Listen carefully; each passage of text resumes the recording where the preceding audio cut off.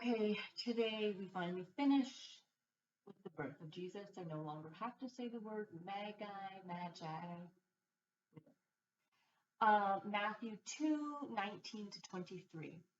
After Herod died, an angel of the Lord appeared in a dream to Joseph in Egypt and said, "Get up, take your child and his mother and go to the land of Israel, for those who were trying to take the child's life are dead."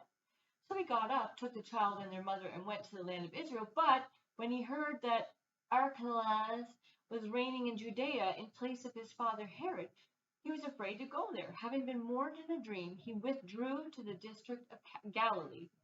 He went and lived in a town called Nazareth. So was fulfilled what was said through the prophets: he will be called a Nazarene. Okay, so basically, there were two things that got out of this, and one is pathetic, but I mentioned it yesterday. In these 4 verses, Joseph got 2 more dreams where God told him what to do.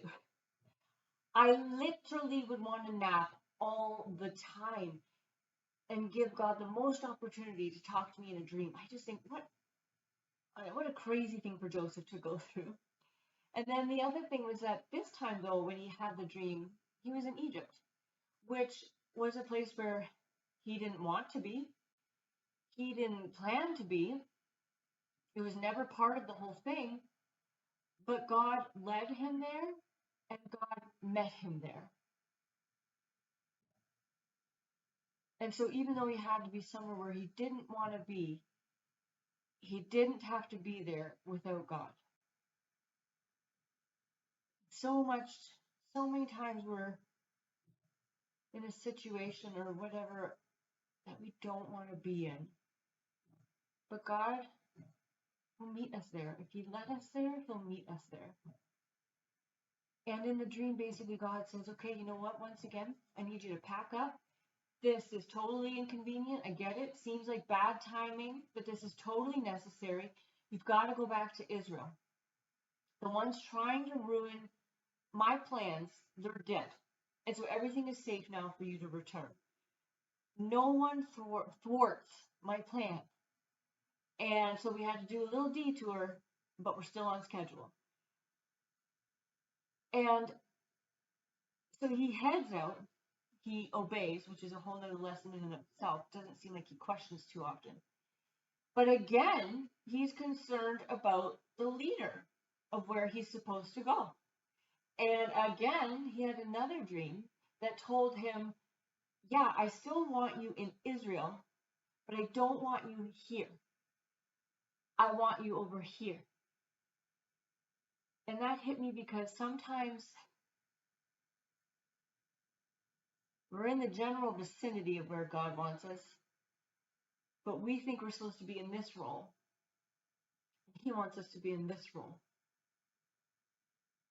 It just seems like God calls us a lot to things that aren't necessarily in the agenda. And we may as well just get used to it, as hard as it is. And I guess while we're getting used to that, we may as well get used to the fact that God meets us on all these little detours. Maybe we can get used to both at the same time, inconveniences and a faithful God.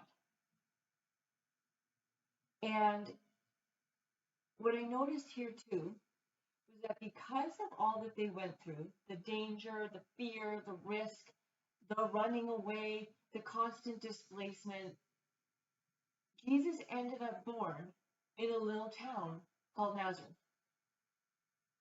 So all of these things that seemed like disruptions, detours, roadblocks, these all played a role and accomplished a purpose. God's plans were not thwarted. He can work with detours.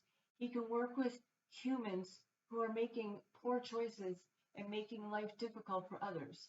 Herod wanted to kill him. That's a poor choice. And so that affected Jesus' life and Joseph's life and Mary's life. But God can work with other people's bad choices. God can work with my bad choices when my bad choices hurt somebody else. It forces them on a detour because unfortunately, I do that. And we all do. There's nobody that does it. So there we go. We can rest in that. So maybe let's just dwell today on the fact that, yep, God pretty much guarantees a lot of erasing and crossing out in our agendas, but He also promises to be there at each one.